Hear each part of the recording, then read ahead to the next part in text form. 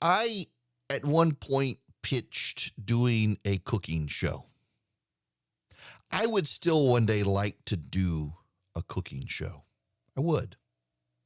And the idea of the show was called Not Everything's Political. I've also done this as a podcast in the past, where not everything is political. And the issue would be I would cook with someone I vehemently disagree with politically, and we would try to find common ground. We may not get along. We may not see eye to eye. But the idea is if we're supposed to get to know our neighbor, then in knowing our neighbor, we should be able to find common ground in some capacity with our neighbor, even if we disagree in politics. Not everything's political.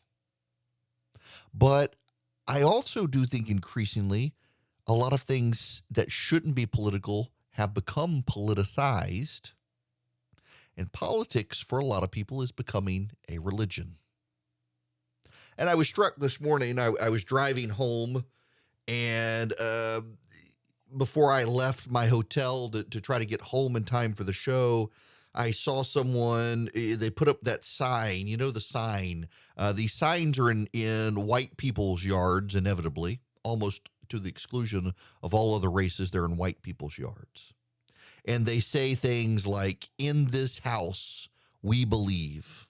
Black lives matter. Women's rights are human rights. No human is illegal. Science is real. Love is love. Kindness is everything.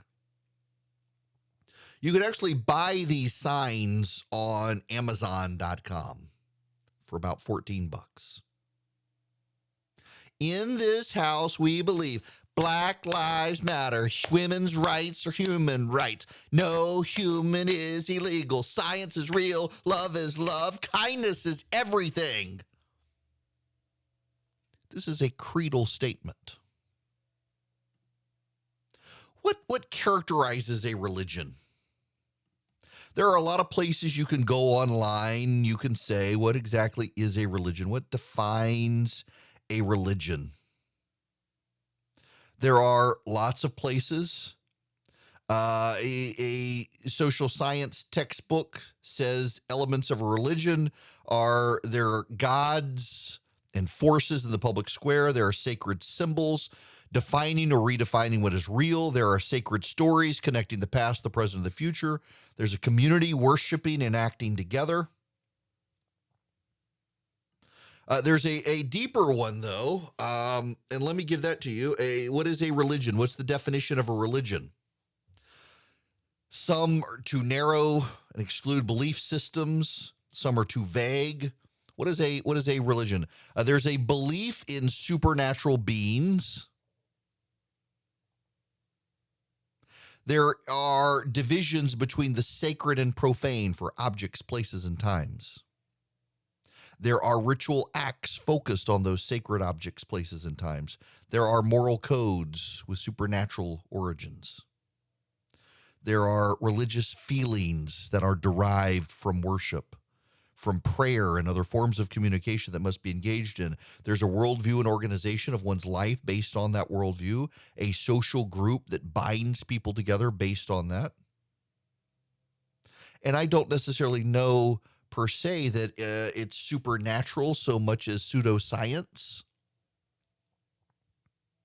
Clearly in mainstream religions, there's supernatural. There is God, there is Jesus, there is Vishnu, there is Moloch, there's Buddha, Allah.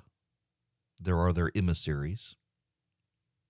But are we not also dealing with religion in the world when it comes to the environment? When it comes to left-wing orthodoxy? So follow along with me here, and this is really important. Everyone worships something. Everyone worships something. I don't care who you are. And if you're listening right now and say, I'm an atheist and I worship nothing, You probably worship yourself. What do you spend your money on? If you spend all of your money on yourself and taking care of yourself, that's probably what you're worshiping. If you spend all your money on guns and ammo, that's probably your idol. If you spend all of your money propping up a political cause or an environmental cause, if all your time goes towards that, it's probably what you're worshiping. John Calvin said that our hearts are perpetual factories of idols. All of us have idols, myself included. I've been thinking about this because of what's going on in Europe right now and what's happening here slowly but surely in this country. The Democrats in Washington passed a piece of legislation. They called it the Inflation Reduction Act, and every news outlet in America has now referred to it as their climate legislation. Not legislation to reduce inflation, it's legislation to heal the planet. And it won't actually heal the planet, but they believe that it will. It is their intention that is pure, their intent. We're dealing with people who have bought into not just a politicalization of things, but a religiosity of things. In Europe, there's a Google search. It leads all other Google searches. Do you know what the leading Google search in Germany is right now for things? Wood. Germans are furiously searching for sources of wood to keep themselves warm this winter because they're not going to have gas. The Germans decided that they had to give up fossil fuels. They relied on Russia. They took off their nuclear power plants because those were bad, you know. Now they can't keep the lights running. They can't keep the heat on. They can't keep air conditioners going in the summer. They decided they needed to stop transporting coal and other items, steel and the like, on roads and in trains because of fossil fuels. So they put them on barges on the Rhine and the Danube. But there's been a drought in Europe, and so river levels are so low, they can't transport these materials. So they can't get coal in the places that are still using coal-powered plants to those plants because the river's so low, and they won't put them on trucks because the trucks will burn fossil fuels. In the Netherlands, they have decided to sabotage their own economy in the name of saving the planet. So 1/5 of farms will be shut down. 1/3 of farms will have to cull their herds because cows, pigs, and the like are methane producers. So they have to reduce their sizes and they've got to reduce their herds. They will not starve. The Dutch will not starve, but others who have relied on their beef and pork and chicken, they will starve. They will exacerbate world hunger in the name of saving the planet. The Dutch have also scaled back the number of flights that allowed to land and take off from Schiphol Airport, which is having a direct economic impact on that area of the Netherlands. They don't care. It's all in the name of saving the climate. The Spanish are now raising thermostats to 80 degrees in the summer and no higher than 65 in the winter time, and you will be punished by the state if you do otherwise. The British are preparing for blackouts. The British expect that during the height of winter in January, there will be 5 days without power.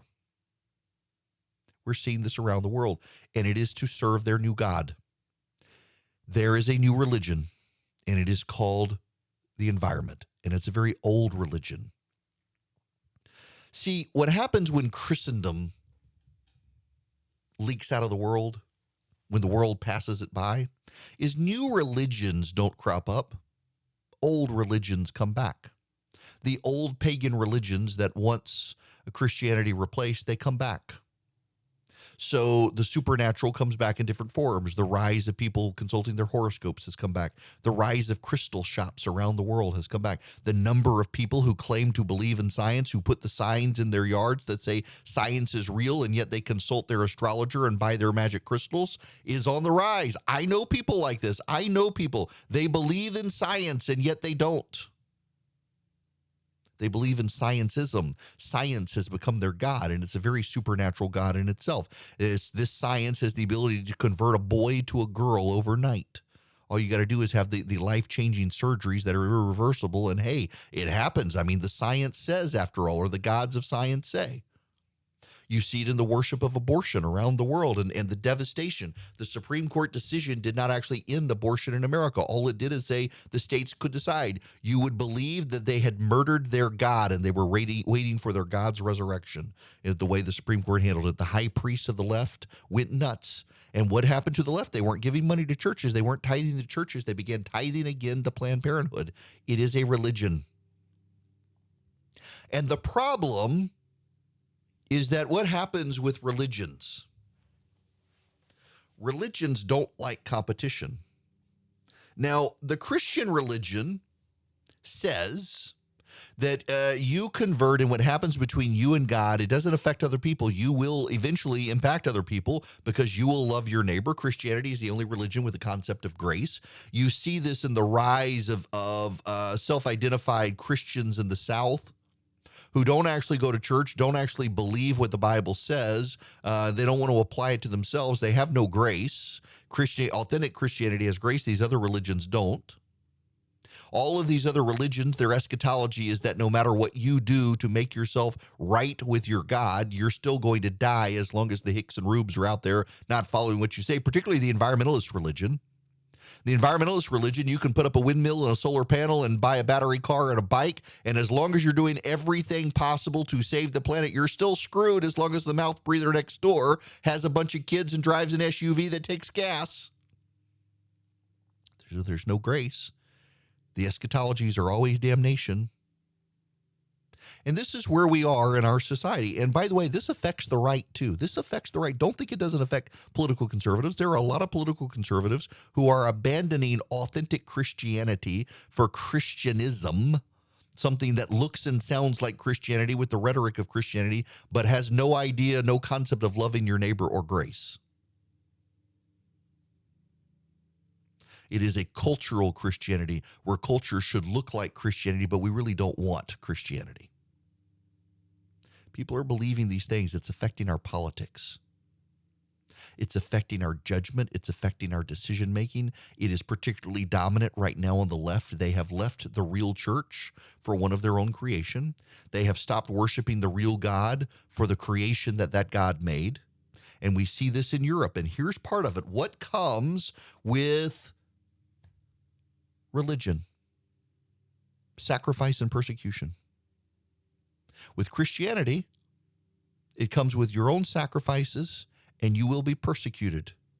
And this is the worst place you will ever live, and eternity will be better than what you have now.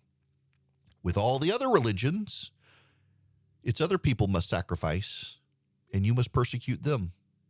Whether it was the Muslim horde across North Africa forcibly converting the Christians, or whether it's the environmentalists in North America and Europe forcing you to turn off your power and starve and be cold in the wintertime, you will suffer for their God. You will be made to pay for their God. And if you do not submit to their God, you will be persecuted and punished. We have a new inquisition afoot from these people, and you see it everywhere you look.